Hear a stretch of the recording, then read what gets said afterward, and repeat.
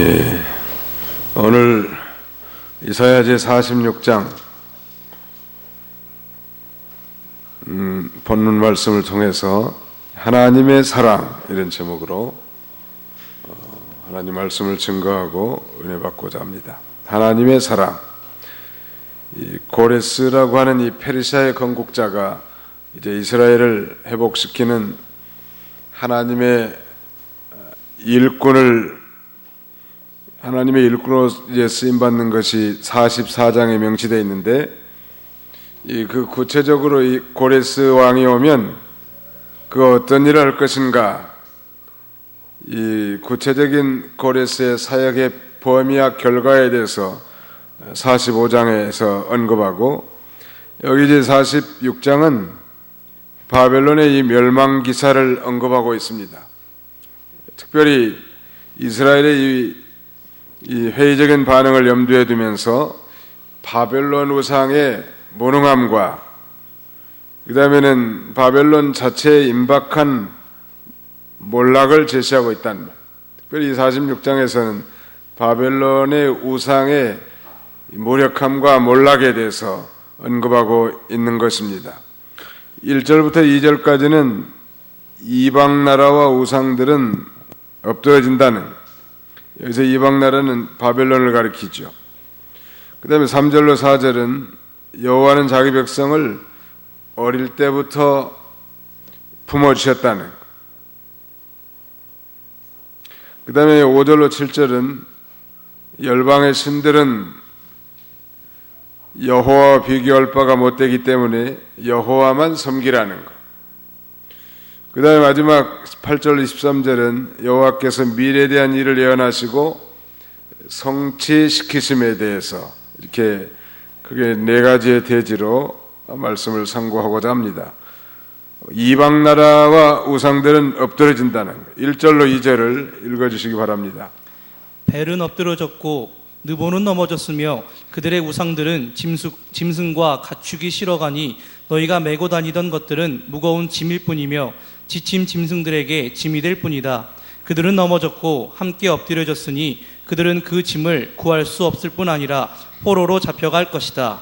예, 여기 벨은 엎드러졌고 느보는 넘어졌으며 그랬는데, 이 벨이라고 하는 이 우상의 이름은 바벨론에 있는 여러 우상들 가운데서도 가장 우두머리 우상이란 말, 주신이라고 할 수 있겠는데, 가장 주된 신이 바로 벨신인데 태양신을 가리켜요.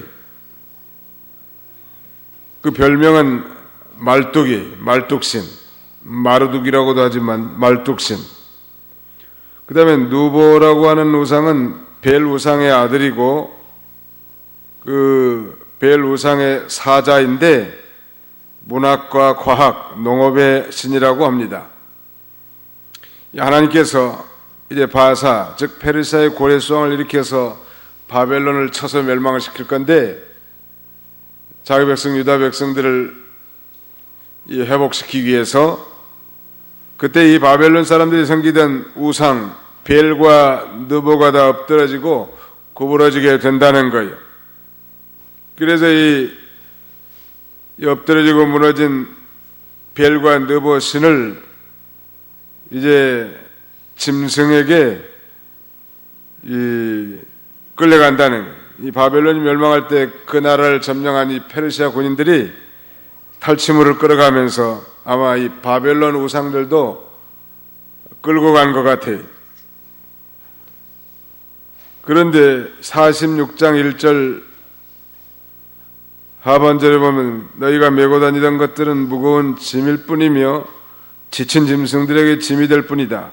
그들은 넘어졌고 함께 엎드려졌으니 그들은 그 짐을 구할 수 없을 뿐 아니라 포로로 잡혀갈 것이다. 이 짐이라고 하는 건 우상을 가리키는 것입니다. 금속이나 목재, 돌 등으로 구성된 바벨론 신상이 이제 그 페르시아 군인들이 끌고 가는 짐짝밖에 안 된다는 말. 그러면 벨과 느보가 참신이고 능력 있는 신이라고 하면 끌고 가는 그 형상, 짐짝에서라도 건져냈어야 되겠는데 전혀 그런 능력과 힘이 없다는 거예요. 즉 우상의 무력함을 다시 한번 강조하는 것. 이 바벨론 사람들이 신들이 아주 많은데 이 대표적인 신이 바로 벨신이에요. 벨의 아들이 여기 방금 언급한 느보란 말. 근데 페르시아의 고레스가 바벨로니아를 침략해가지고 다 무너뜨리면서 아마 이 우상들도 다 쳐부수고 끌고 간 모양이에요. 짐짝처럼. 그러니까 나무나 돌이나 금속으로 만든 그 우상들이 다 자빠져가지고 실어가는데 거의 뭐 친구들만 피곤하게 만들고 아무 무력하다는 거예요. 아무 힘이 없다는 거예요. 우상은 아무것도 아니라는, 늘 반복해서 말씀드립니다만 우상은 인간이 손으로 만든 수공물이라는, 손으로 만든 거예요. 우리 그 인형을 만들고 장난감을 만든 것처럼 우상은 사람이 만든 수공물에 지나잖아요. 그 다음에는 복은커녕 우상 앞에 복 달라고 빌지만 복은커녕 화도 줄 수 없다는 거. 그 다음에 우상은 다 거짓되고 헛되다고 말씀을 드린 바 있습니다. 그럼 우리 하나님은 어떤 분이? 우리 하나님은 이 인간의 수공물인 우상에 비해서 우리 하나님은 천지를 창조하신 창조주라는 말. 그 다음에는 생사화복을 주관하신 전능의 신이고 살아계셔서 온 우주를 통치하시는 만유의 주시란 말, 만왕의 왕이셔. 믿으시기 바랍니다. 그 다음에 3절로 4절은 여호와는 자기 백성을 어릴 때부터 품어주셨다는 것. 이것은 자기 백성을 향한 우리 하나님의 사랑을 말씀하는 거예요. 3절로 4절은 우리 다 같이 한번 통독하겠습니다. 시작. 야곱의 집이여 이스라엘 집의 모든 남은 자들이여 나에게서 들으라. 배에서 태어날 때부터 내게 안겼고 태에서 날 때부터 내게 업히운 자여 너희가 노년에 이를 때까지 내가 그리하겠고 백발이 될 때까지 내가 너희를 안을 것이며 내가 만들었으니 내가 업고 내가 품고 내가 구원할 것이다. 비록 범죄하고 바벨론에 포로 잡혀가 있는 그런 자들이지만 우리 하나님께서는 그들 이 택한 백성들은 이사야 43장에서는 지명하여 불렀다고 말씀하지 않았습니까? 이 택한 백성과 하나님 사이의 이 법적 친밀함을 강조하신 거예요.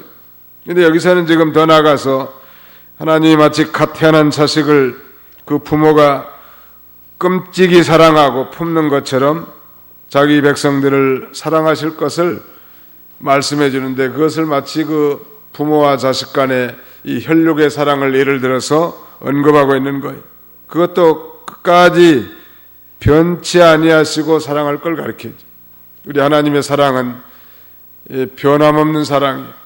사람들은 인간의 사랑은 뭐 조금 사랑하다가도 배신하고 그런 일들이 허다하지만 하나님은 한 번 사랑의 대상자로 택해놓은 사람들은 끝까지 사랑하시는 하나님. 나이가 많이 드신 그런 부모님들은 자기 자녀들도 함께 나이 들고 늙어가는데 같이 늙어가는 주제이긴 하지만 그래도 그 늙은 부모가 나이 많은 자식을 변함없이 사랑한단 말이에요. 그것처럼 늙어 백수가 될 때까지 우리 하나님은 결코 버리지 아니하시고 우리를 안고 업고 품어서 천국까지 우리를 인도하시는 하나님 믿으시기 바랍니다. 그것이 우리 하나님의 사랑이. 하나님 오늘날 우리 성도들 향한 하나님의 최고의 사랑의 표시는 독생자를 주시는 거예요. 하나님 우리를 어떻게 사랑했습니까? 말라기 시대에 백성들이 타락해가지고 언약 백성인 자기 백성들을 사랑함에도 불구하고 하나님이 언제 어떻게 우리를 사랑했냐고 하나님을 향해서 반문하는 거예요. 그때 하나님은 말라키 선지자를 통해서 야곱은 에서의 동생이 아닌가, 즉 에서는 이 야곱 형이 아니냐, 그러나 내가 이 야곱은 사랑하고 에서는 미워했다는 것을 너희가 알지 못하느냐. 이건 뭐냐면 사랑했다는 것은 하나님이 택해 주셨다는 것, 우리를 창세전에 그리스도 안에서 하나님의 사랑의 대상자로 선택해 준 것, 세상 사람들보다 더 뛰어나고 훌륭해서가 아니요, 하나님의 사랑은 unconditional, 무조건적 사랑이야. 그런 사랑의 대상자로 우리가 선택된 것에 감사하고, 이제 구체적으로 그 사랑의 표시는 독생자를 보내주시는 거예요. 예수님을 보내주셔서 우리의 죄를 대속하시고 구원과 영생을 얻게 하는 이런 사랑을 우리에게 표현해 준 거예요. 늙어 백수가 될 때까지도 우리를 품어주실 하나님을 언제나 기억하고 어떤 절망과 좌절 가운데서도 낙심하지 마시기 바랍니다. 5절로 7절 읽으십시오. 너희가 나를 누구와 비교하며 누구와 같다고 할 것이며 나를 누구와 비교하여 우리가 서로 같다고 하겠느냐. 사람들이 주머니에서 금을 쏟아내며 은을 저울에 달고 도금장이를 고용하니 그가 그것으로 신상을 만들어 엎드리며 경배하고 그것을 어깨로 들어 옮겨서 그것을 둘 장소에 두면 그것은 그 자리에 서 있고 움직이지 못하며 또 사람이 그것에게 부르짖어도 대답하지 못하며 고난에서 그를 구원하지도 못한다. 예, 우리가 요새 이사야 하반부를 강해하고 있는데 특별히 그 우상의 무력함에 대해서 계속 반복해서 나오는 이유가 뭘까? 아마 바벨론에 포로 잡혀간 자기 백성들이 과거에 포로 잡혀간 중대한 원인 중에 하나가 바로 우상을 숭배한 거 아니겠습니까? 또 동일하게 포로지의 이 바벨로니아 사람들 역시 온갖 우상천지란 말. 일본에는 무슨 800만의 신이 있다는 거예요. 심지어는 골프를 쳐가지고 홀이런 하면 그 골프공도 신으로 모시고 신단지로 모신다네. 실제로 동네에 가보니까 그 동네 마을 입구마다 신줄을 다 모셔놨어. 자세히 보니까 오모짜같이 인형을 만들어 놓고 거기다가 고기도 놔둬놓고 그 다음에는 밥도 차려놨더라. 밥알 한 톨도 먹을 수 있어요, 없어요? 네, 먹을 수 없다고. 어리석은 일 있죠. 우상 섬기는 사람이 어리석은 일이에요. 어리석은 거 하는 거예요. 제사 지는 거 어리석은 거예요. 아니, 살아계셔서는 부모에게 불효하고 불효막심한 인간이, 제가 실제로 본 거예요. 부모가 뭐라고 말해도 말도 다 듣지 않는 그런 아들이, 아니 부모가 죽으니까 술 대병짜리는 어깨다 들고 가을짜리 이리 걷고 저리 걸으면서 부모 제사 지내온단 말. 그건 참 죽은 부모에 대한 따블 부려요, 말하자면. 그 제사 지내는 것은, 성경은 이방인의 제사하는 것은 귀신에게 하는 것이라, 우리 성경에는 악령에게 드린 거라고 표현되어 있습니다. 바른 성경에. 다 쓸데없는 거예요. 살아계실 때, 이제 5월달 얼마 남지 않았습니다만 5월 가정의 달이라고 합니다. 살아계신 부모님, 부모라고 하면 나를 낳아주시고 길러주신 분, 장인, 장모님, 시부모님, 영적인 리더, 이런 또 모든 권위 아래 있는 사람까지 우리가 확대해서 갈 수 있습니다만, 이 부모 공경의 최고의 목적은 뭐냐면 보이지 않는 하나님을 경외하도록 가르쳐 준 거예요. 살아계신 부모님에게 잘해야지 우상 섬기는 거와 마찬가지라는 말이에요. 제사 지는 거.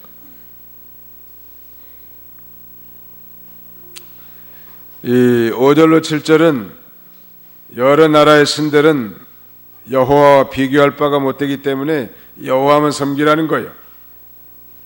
비교한다는 건 좀 뭔가 좀 비스무리하고, 즉 상대적이고 제한적이어야 비교도 할 수 있는 거지. 하늘과 땅처럼 차이가 나는데 어떻게 비교하냐는 말. 키도 좀 적당하게 도토리 키재기라고 좀 비슷해야 좀 비교가 되지. 큰 사람은 장대 많은데 한 사람은 난장이 같으면 제일 필요가 없어.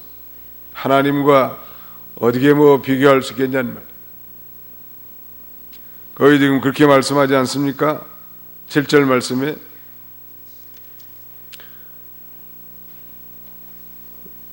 5절 한번 보세요. 5절. 너희가 나를 누구와 비교하며 누구와 같다고 할 것이며 나를 누구와 비교하여 우리가 서로 같다고 하겠느냐. 결코 비교할 수 없다는 거예요. 우상은 여호와와 결코 비교할 것이 못되기 때문에 참신 여호와 하나님만 섬기라는 것.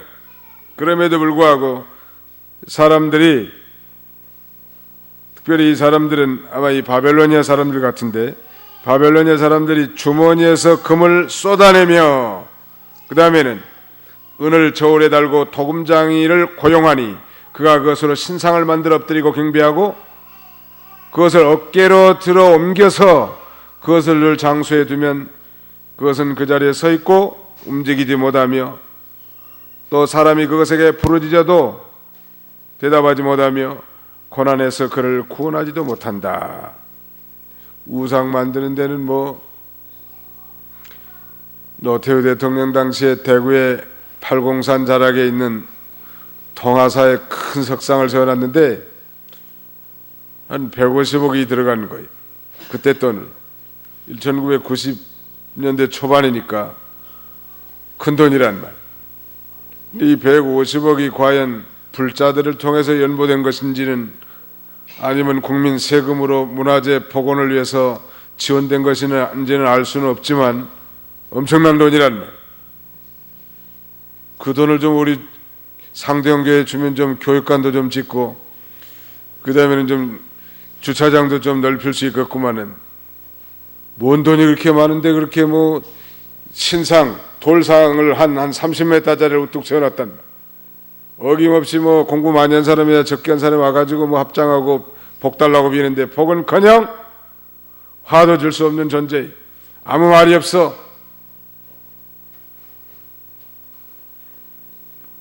오늘 여기도 보니까 사람들이 주머니에서 금을 쏟아내며 그랬습니다. They lavish gold out of the 백에서 금들을 갖다가 아주 지나치게 많이 쏟아줬다는 거예요. 어제 그런 데는 그렇게 돈이 풍성한지 알 수가 없다고. 그 다음에 은을 저울에 달고 그랬는데 아마 은을 다는 데 있어서도 그 눈금을 보지 않고 아마 되는 대로 양을 잰 것 같아요. 아무도 우상 섬기는다는데 어떻게 이렇게 돈이 많은지 알 수 없고, 제가 또 한 가지 궁금한 것은 그 이단들 교회는 그렇게 어떻게 그렇게 돈이 많길래 좋은 건물에다가 이렇게 시설도 좋게 이렇게 하는지 참 알 수가 없어. 참 교회들은 그냥 밥 먹기도 힘들고 그 다음에는 겨우 어떻게 아주 뭐 예배당 짓고 이렇게 하는데 이단들은 돈을 어디서 나서 그런지 아무튼 뭐 여호와 증인도 그렇고 하나님의 교회도 그렇고 신천지도 그렇고 문선명, 박태선 아무튼 뭐 어디서 돈을 나서 하는지 아무튼 돈이 많아. 참 인간들이 어리석단 말. 그들은 천하고 무가치한 신상을 만들기 위해서 아낌없이 돈을 쓰고 그 다음에는 도금장이를 고용해가지고 만들어서 세워놓고 거기다 절하면서 복 달라고 하고 기도도 하지만 복은커녕 화도 못 주고 기도를 하나 듣지도 못한단 말. 이걸 뭐라고 이렇게 우상의 무력함과 무용성을 강조하고 있는가? 오직 하나님만 유일하시고 참되신 신이시기 때문에 하나님만 잘 섬기라는 게 말하잖아요. 여기 어떤 뒤로 넘어가 봅시다. 8절 읽으시기 바랍니다. 죄인들아 이것을 기억하여 굳게 서서 마음에 두어라. 너희는 먼 옛적 이전 일을 기억하여라. 나는 하나님이다. 나밖에 다른 이가 없다. 나는 하나님이라. 나와 같은 이가 없다. 내가 종말을 처음부터 말하며 아직 이루어지지 아니한 일들을 옛적부터 보이고 말하기를 나의 뜻이 이루어질 것이며 내가 나의 기뻐하는 모든 것을 이룰 것이다 하였다. 예, 여호와께서 미래에 대한 일을 예언하고 성취시키는 거 8절로 13절까지 말씀하는데 너희 패역한 자들아 이 일을 기억하고 장부가 되라. 여기는 우리 바른 성경 번역본에 죄인들아 이것을 기억하여 굳게 서서 마음에 두어라. 옛날 번역이 좀 더 리얼한 것 같아요. 너희 패역한 자들아, 이 일을 기억하고 장부, 즉 대장부가 되라는 거예요. 죄인들아, 이것을 기억하여 굳게 서서 마음에 두어라. 하나님께서 이 패역한 이스라엘 백성들에게 이제 패역하고 거역하는 길에서 돌아오라는 거예요. 우상을 숭배하고, 즉 이 율법을 어긴 이스라엘 백성들로 하여금 이제 이 우상이 헛된 것을 기억하고 참되신 하나님께로 돌아오는 용단을 가지라는 거예요. 이 장부가 되라고 옛날 성경에 이렇게 되어 있는데요, 고린도전서 16장 13절에 보니까 깨어 믿음에 굳게 서서 남자답게 강건하여라 그랬는데요, 이 세상 모든 것과 우상은 다 헛된 것이기 때문에 그걸 의지하지 말고 대장부가 되어서 하나님을 섬기라는, 이 장부가 되라. 여기선 굳게 서서 마음에 두어라 그랬는데, 어리석고 무가치한 우상 숭배 행위를 과감하게 남자처럼 청산하라는 거예요. 과감하게 죄악을 청산하고 돌아올 것을 말씀하는 거예요. 마치 의연한 실천력이 있는 그런 중후한 남성의 행동을 빗대 표현하는 거예요. 물론 뭐 남자라고 하는 건 좀 결단력 있고 강한 것을 표현하는 거예요. 말세가 돼가지고 남자들이 재구실을 제대로 못해가지고 무슨 장관, 대통령, 심지어는 여자 목사, 여자 장로, 아무튼 뭐 여자들이 뭐 기세를 떨쳐가지고 요새는 남자들이 다 풀죽어 사는 시대예요. 왜 그렇게 됐을까?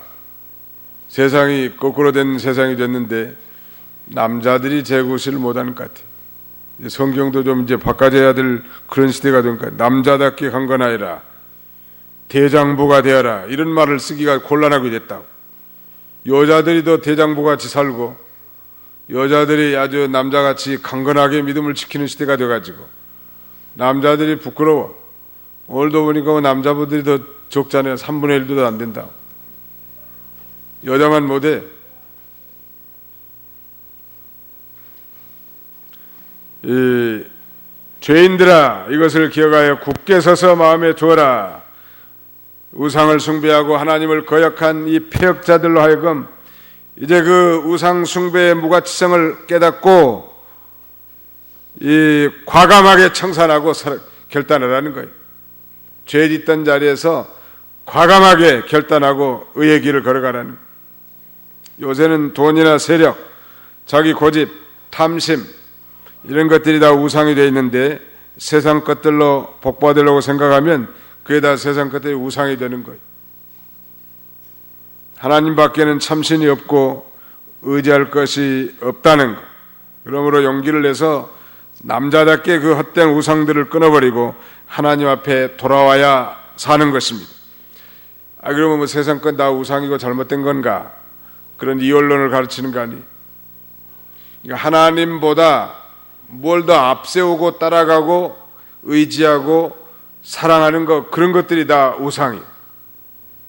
하나님 제일주의로 살면서 하나님이 허락하신 모든 걸 풍성하게 누린 건 그건 이해가 되고 하나님도 기뻐하실 거라. 그러나 하나님 다 제껴놓고 하나님은 2등을 싫어하세요. 하나님은 첫 번째, 내 인생의 중심, 내 인생의 가장 우선순위로 영광받기를 원하시는 분이 하나님. 그런데 하나님을 제껴놓고 뭐 돈이나 사업이나 직장이나 자녀나 무슨 뭐 취미나 자기 고집이나 탐심이나 이런 것들을 앞세운다면 그런 것들이 우상이 되는데, 그런 것들을 좀 과감하게 청산하고 하나님 앞으로 돌아와서 하나님을 경외해야 하고 그 명령을 따라 살라는 거예요. 그런 자에게 하나님은 다른 모든 걸 더 풍성하게 채워주시는 이 하나님이신 것입니다. 그 다음에는 9절 한번 보세요. 너희는 먼 옛적 이전 일을 기억하여라. 나는 하나님이다. 나밖에 다른 이가 없다. 나는 하나님이라. 나와 같은 이가 없다. 먼 옛적 이전 일을 기억하여라. 하나님께서 과거의 이스라엘 역사 속에서 개입하셔서 저들에게 복을 주시고 구원해 주시고 또 앞길을 인도해 주신 그 놀라운 하나님의 기적적인 사역들을 기억하고 그 하나님께로 돌아오라는 거예요. 그래서 하나님만이 참신인 것을 상기시키기 위한 것입니다. 옛적에 하나님께서 이스라엘 백성들에게 어떻게 함께 해주셨고 구원해 주셨는가, 그걸 기억하라는 거예요. 우리도 우리 신앙이 긴가민가하고 미지근해진 그런 그리스도인, 소위 류크함 크리스찬, 뜨뜻미지근한 냉담 그리스도인을 류크함 크리스찬이라고 하는데, 이거 뭐 예수 믿는 기쁨도 없고 죄와 싸우고 투쟁하면서 승리하는 그런 쾌감도 없고 우상을 떨쳐버리고 참신인 하나님께 돌아와서 기쁨으로 섬기는 그런 감격이 상실됐다면 회개해야 돼. 회개하고 과거에 내가 우상을 버리고 하나님만 쫓고 힘있게 주님과 동행했던 것을 기억하라는 말. 그때 하나님만이 나의 참신이었습니다. 하나님만이 나를 도울 수 있습니다 하는 그런 믿음으로 돌아가는 것. 비록 현재 고난이 극심하다 할지라도 우리의 난관을 타개하는 신앙적 방법은 과거에 하나님이 우리와 내게, 아니 우리 교회에 베풀어 주신 그 은혜의 역사를 기억하는 것이 중요한 거예요. 그걸 잊어버리지 말고 기억하라는 거예요. 너희는 먼 옛적 이전 일을 기억하여라. 그거 참 중요한 말씀 아니에요? 그 다음에 10절 보십시오. 내가 종말을 처음부터 말하며 아직 이루어지지 아니한 일들을 옛적부터 보이고 말하기를 나의 뜻이 이루어질 것이며 내가 나의 기뻐하는 모든 것을 이룰 것이다 했다. 이 역사를 깊이 상고함으로 알 수 있는 하나님의 모습은 역사의 시작과 끝을 주관하시는 절대 주권자라는, 우리 장로교의 최고의 가치 중에 하나는 하나님의 주권, God's sovereignty를 믿는 거예요. 하나님이 내 인생의, 아니 역사의 주인으로서 당신의 기뻐하신 뜻대로 우주 만유를 이끌어 가시고 내 인생의 여정을 주장하신다고 믿는 이 하나님의 주권적 신앙이야말로 중요한 거예요. 그래서 하나님의 주권에 내 인생의 삶을 온전히 맡기고 그분의 인도를 따라 사는 삶은 행복한 삶이요, 믿으시기 바랍니다. 여러분 요새 행복하십니까? 주인 되시는 하나님께 모든 걸 맡기시고 그분을 따라가십시오. 행복한 거예요. 하나님은 역사의 계획의 일관성을 강조할 뿐만 아니라 실제로 주권적인 역사를 통치해 나가신 우리 하나님인 것을 우리에게 가르쳐 주는 거예요. 11절부터 좀 읽으시기 바랍니다. 내가 동방에서 사나운 날짐승을 부르며 먼 나라에서 나의 뜻을 이룰 사람을 불렀다. 내가 말하였으니 반드시 이룰 것이고 내가 계획하였으니 반드시 시행할 것이다. 예, 여기 내가 동방에서 사나운 날짐승을 부르며 그랬는데요, 옛날 성경에는 내가 동방에서 독수리를 부르며 라고 번역되어 있습니다. 이 동방은 역사적으로 동방, 즉 페르시아를 가리킵니다. 우리 동방 박사도 바로 이 페르시아에서 별을 연구한 자들 아닙니까? 그러니까 이 동방에서 날짐승, 즉 독수리를 불렀다고 하는 것은 페르시아에서 고레스 왕을 불러서 이제 바벨론을 멸망시키고 거기 포로 잡혀 있는 유다 백성을 해방시켜서 유다 땅으로 돌아오게 하실 것을 가리키는 것입니다. 그런데 이 고레스를 날짐승이라고도 했고 독수리라고 했는데, 독수리는 성경에서 자주자주 심판의 도구로 사용됐습니다. 마태복음 24장 28절이라든지 요한계시록 8장 13절에 보면 독수리가 나오는데 바로 심판의 도구를 가리키는 거예요. 하나님께서는 바벨론을 심판하기 위해서 한 도구를 취할 것인데 이사야는 바로 그것을 날짐승, 독수리라고 그렇게 표현하는 거예요. 고레스는 큰 힘과 용맹성으로 열방들에게 나타날 거고 마치 맹금류, 독수리처럼 갑자기 그들을 덮쳐서 심판할 것을 가리키는 것. 하나님이 하나님을 알지 못하는 이 고레스 이방왕을 세워서 하나님의 구원운동에 쓰임받게 하는 거예요. 놀라운 일이죠. 유다의 작은 나라, 자기 백성들을 건지기 위해서 그야말로 주변의 강대국의 역사를 주무럭주무럭 하면서 역사하시는 전능하신 하나님. 그 하나님이 이렇게 하시는 거예요. 너무 거창하고 먼 남의 일 같지만 오늘 우리 한 백성, 자기 백성, 예수 그리스도의 피로 산 하나님의 성도들 한 사람 한 사람을 돌보기 위해서 하나님이 큰 사건을 섭리하기도 하고 주관하기도 하시는 것입니다. 믿으시기 바랍니다. 마지막 12절로 13절 읽으시기 바랍니다. 내게서 들어라 너희 마음이 완고한 자들아 의로움에서 멀리 떠난 자들아 내가 나의 의로움을 가져왔으니 그것이 멀리 있지 않으며 나의 구원이 지체되지 않을 것이다. 내가 나의 영광 이스라엘을 위하여 구원을 시온에 둘 것이다. 예, 아주 교만하고 안악한 바벨론 사람들, 오랫동안 하나님의 시련 가운데 있었지만 자기 의를 고집하고 교만을 버리지 않는 유대인들, 이런 사람들에게는 이 나의 구원이 지체되지 않을 것이다, 임박한 하나님의 역사를 통해서 경고가 되겠지만 경건한 자들, 이런 사람들에게는 유대인이나 이방인이나 진정한 위로가 될 거고, 그래서 내가 나의 영광 이스라엘을 위하여 구원을 시온에 둘 것이다. 하나님이 이 위대한 구원을 베풀어 주실 것을 우리에게 가르쳐 주는 것입니다. 사랑하는 성도 여러분, 오늘 저와 여러분은 예수 그리스도를 믿음으로 말미암아 의롭다 칭함을 받았고 하나님 앞에 구원받은 거예요. 마치 고레스를 통해서 유다 백성들을 바벨론에서 해방시킨 것처럼 예수 그리스도를 보내서 우리가 죄와 사망 가운데 영원한 저주 가운데 있는 우리들에게 예수님을 단순히 믿음으로 말미암아 너는 의인이다 이렇게 인정해주고 위대한 구원을 베푸신 거예요.